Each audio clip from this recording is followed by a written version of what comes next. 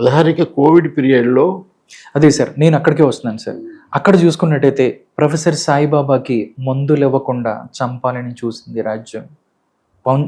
మందులు ఇవ్వలేదు, కోవిడ్ అంటించి చంపాలనుకుంది అని చెప్పి చాలామంది కూడా చెప్పుకుంటున్న పరిస్థితి. నిజంగా అలాంటిది జరిగిందా? ఒక ప్రొఫెసర్ పిల్లలకి పాఠాలు చెప్పి మంచి బుద్ధులు నేర్పే ఒక ప్రొఫెసర్ని కోవిడ్తో చంపాలనుకుంది. ప్రొఫెసర్ సాయిబాబా అంత నేరం ఏం చేశాడు సార్ వాళ్ళ దృష్టిలో? అది మీరే చెప్పాలి. మీకు తెలుసు, నేను 4 నెలలైంది బయటకు వచ్చి. 10 ఏళ్ళకు నాకు బయట ప్రపంచంలో ఏం జరుగుతుంది, ఏం చర్చ జరుగుతుందో తెలియదు. ఇప్పుడు మీరు చెప్తుంటే చాలా విషయాలు తెలుస్తున్నాయి నాకు. అంటే అసలు ఏమి నేరం చేశానని వాళ్ళు అనుకున్నారు ఏంటి కదా, అది మీరే చెప్పాలి నాకు. అసలు మరి ఒకవేళ నేను నేరం చేస్తే ఆ నేరాన్ని చేయడానికి వాళ్ళ దగ్గర ఛార్జ్ షీట్లో పెట్టాలి కదా, విట్నెసెస్ పెట్టాలి కదా, ఎన్ని ఎందుకు లేవు? అంటే వాళ్ళు చూడటం ఏంటంటే 23 మంది సాక్షుల్ని విచారించారు, దగ్గరగా 41 వస్తువుల్ని వాళ్ళు పరిశీలన చేసి ఇవన్నీ చేశారు.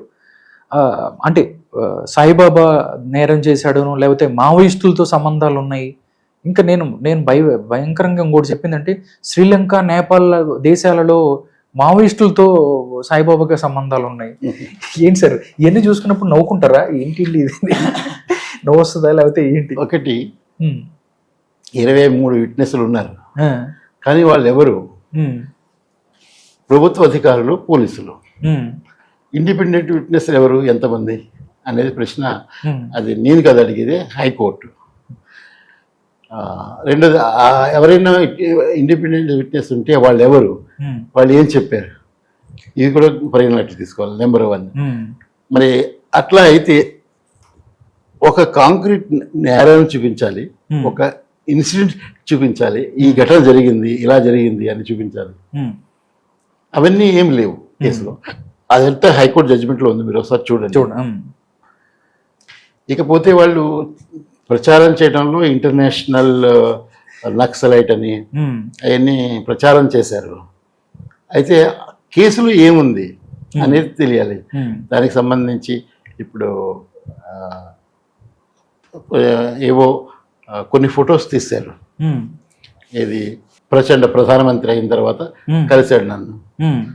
ఒక దేశానికి ప్రధానమంత్రి నన్ను కలిస్తే అతను ఒక పెద్ద మావోయిస్ట్ అయ్యాడా? ఇంటర్నేషనల్ మావోయిస్ట్ కలిస్తే అంటే నేపాల్కి ప్రధానమంత్రి అయిన వ్యక్తి కలిస్తే అది నేరం అవుతుందా? అది చెప్పడానికి అసలు జరిగిన దానికి సంబంధం లేదు. ఒక మానవ హక్కుల కోసం మాట్లాడేవాడు, పోట్లాడేవాడు వ్యక్తి ఒక దేశం ప్రధానమంత్రి వచ్చి కలిస్తే అతను ప్రధానమంత్రి మావోయిస్టా, టెర్రరిస్టా?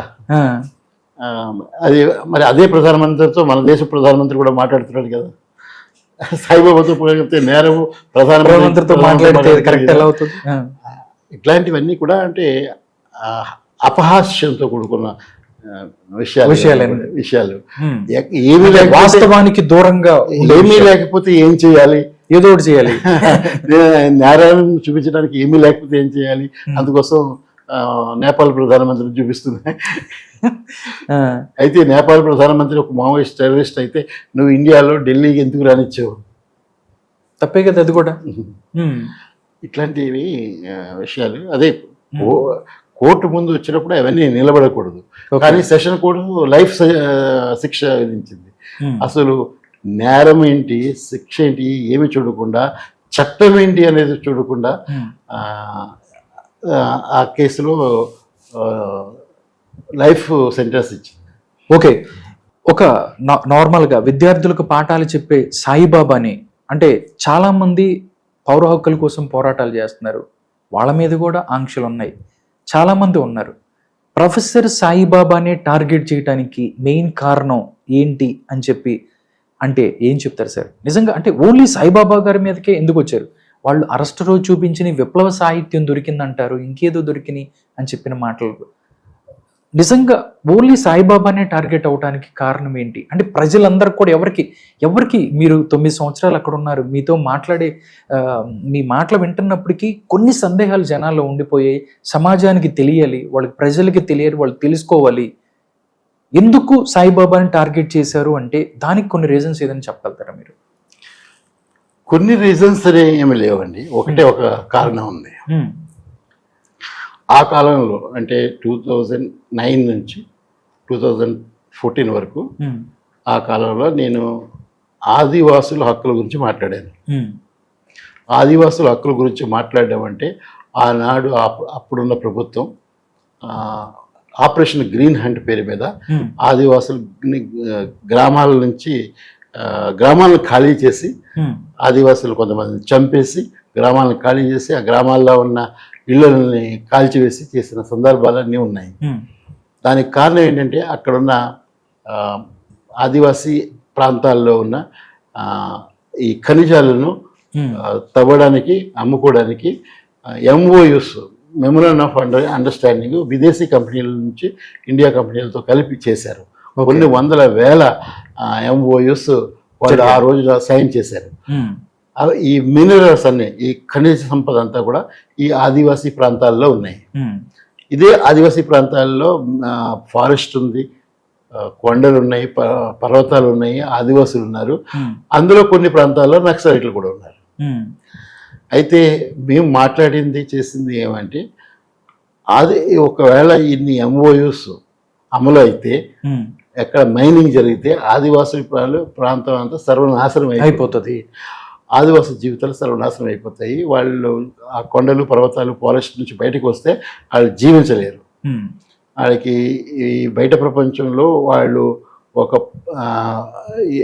ఏ స్కిల్ లేకుండా వచ్చి అక్కడ బతకలేరు. కాబట్టి వాళ్ళు కూడా చనిపోతారు. ఎలా చనిపోతారో కూడా తెలియదు.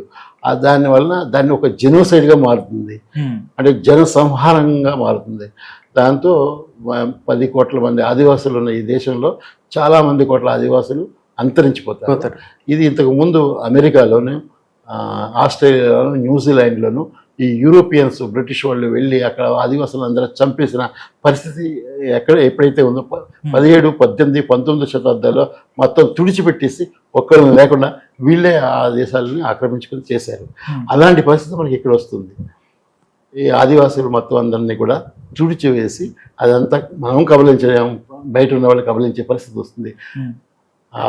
17 నుంచి 19 శతాబ్దంలో మానవ హక్కుల గురించి, పౌర హక్కుల గురించి అంత నాలెడ్జ్ లేని సందర్భాల్లో సాధారణ ప్రజలు కూడా అది జరిగింది. అది కనుమరుగైంది, ఎవరు లేవనెత్తలు అయిపోయారు. కానీ ఈ 21st సెంచరీలో జరగడానికి వీల్లేదు. ఈ ఆదివాసులు మన హక్కుల్ని, వాళ్ళని రక్షించాలి. ఇక్కడ మైనింగ్ ఇవన్నీ జరగడానికి లేదు అని నేను మాట్లాడాను. అప్పుడు ఒక forum against war on people, అంటే ప్రజల మీద యుద్ధం, ప్రభుత్వ యుద్ధం అనే ఒక సంఘం పెట్టాం, ఒక సంస్థ పెట్టాం.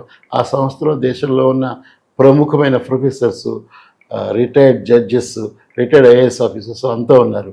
వాళ్ళు నన్ను కన్వీనర్గా పెట్టుకున్నారు, నేను కోఆర్డినేట్ చేశాను. కాబట్టి అది బంద్ చేయించాలని, ఈ ఎంఓఎస్లు అమలుపరచాలని ఇలా నేను మాట్లాడింది, అలాగే మిగిలిన వాళ్ళు మేము చేసింది డాక్యుమెంటేషన్ చేసాం. ఎక్కడ ఎలాంటి ఆదివాసుల మీద ఏ ఎంఓఎస్ వచ్చినాయి, ఎవరిని ఎక్కడ ఎలా చేస్తున్నారు, అది అంటే నియంగిరి దగ్గర నుంచి మొదలు పెడితే దేశంలో అన్ని ఆదివాసులు ఉన్న అన్ని ప్రాంతాల్లోనూ వచ్చిన ఎంఓఎస్ ఇవన్నిటి గురించి మాట్లాడాము. దాంతో ఇంటర్నేషనల్గా అది వాయిస్ పోయింది. దాని మీద ప్రభుత్వం మీద ఒత్తిడి వచ్చింది. దానికోసం నన్ను అడిగారు, నువ్వు ఇవి మాట్లాడొద్దు, ఆపేయాలి, నువ్వు దీనికి కన్వీనర్గా ఉండొద్దు. ఒత్తిడి తీసుకొస్తే నేను ఒప్పుకోలేదు. ఏ హక్కుల కోసం పోరాడుతున్నామో ఆదివాసుల కోసం, అది రాజ్యాంగపరమైన ఈ హక్కులు, వాటిని అడిగే హక్కు ప్రతి పౌరునికి ఉంది. నన్ను మీరు సైలెన్స్ చేయలేరు, నిశ్శబ్దం చేయలేరు అని చెప్పి నేను అది కొనసాగించినందుకే ఈ కేసు నా మీద పెట్టారు.